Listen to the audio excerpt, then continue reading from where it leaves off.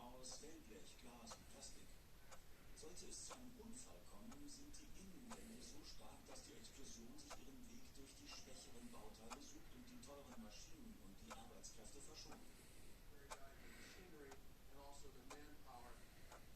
Angesichts der Kriege im Pazifik und in Europa muss die riesige Fabrik schnell fertig werden. Nur wie? Im Dezember 1941 tritt die USA in den Zweiten Weltkrieg ein. Zwar ist der Überfall auf Pearl Harbor ein Überraschungsangriff, doch im Hintergrund hat das Militär schon länger Kriegsvorbereitungen getroffen und dafür gesorgt, dass Rüstungsfabriken wie die in Kingsbury einsatzbereit sind. Die Geschichte war schon in vollem Gang, als die Amerikaner nach Pearl Harbor in den Krieg zogen. Sie wollten sich eigentlich nicht in den Krieg hineinziehen lassen, sahen aber die Gefahr eines möglichen deutschen Sieges und begannen massiv aufzurüsten. Schon im Sommer 1941 gelangt Munition von hier nach Europa, um die Alliierten zu unterstützen. Und Kingsbury wird immer wichtiger.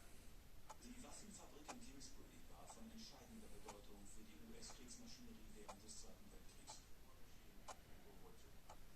Zu Hochzeiten produziert Kingsbury jeden Tag 180.000 Aufschlagzünder, mehr als 46.000 40 mm Granaten und 500.000 Schuss 20 mm Munition. Um diesen gewaltigen Ausstoß zu bewältigen, braucht es viele Hände.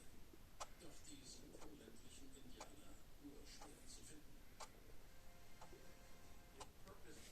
Sie errichteten eigens eine neue Stadt, Kingsford Heights, um die vielen neuen Leute unterzubringen. Fast 21.000 Beschäftigte arbeiten in der Fabrik, darunter viele Frauen, die damit soziale Konventionen brechen und ihren Teil zu den Kriegsanstrengungen beitragen. Sie arbeiten volle Schichten in der Fabrik, manchmal Doppelschichten. Und damit verändern sie nicht nur das gesellschaftliche Frauenbild, sondern auch das Bild, das sie selbst von sich haben.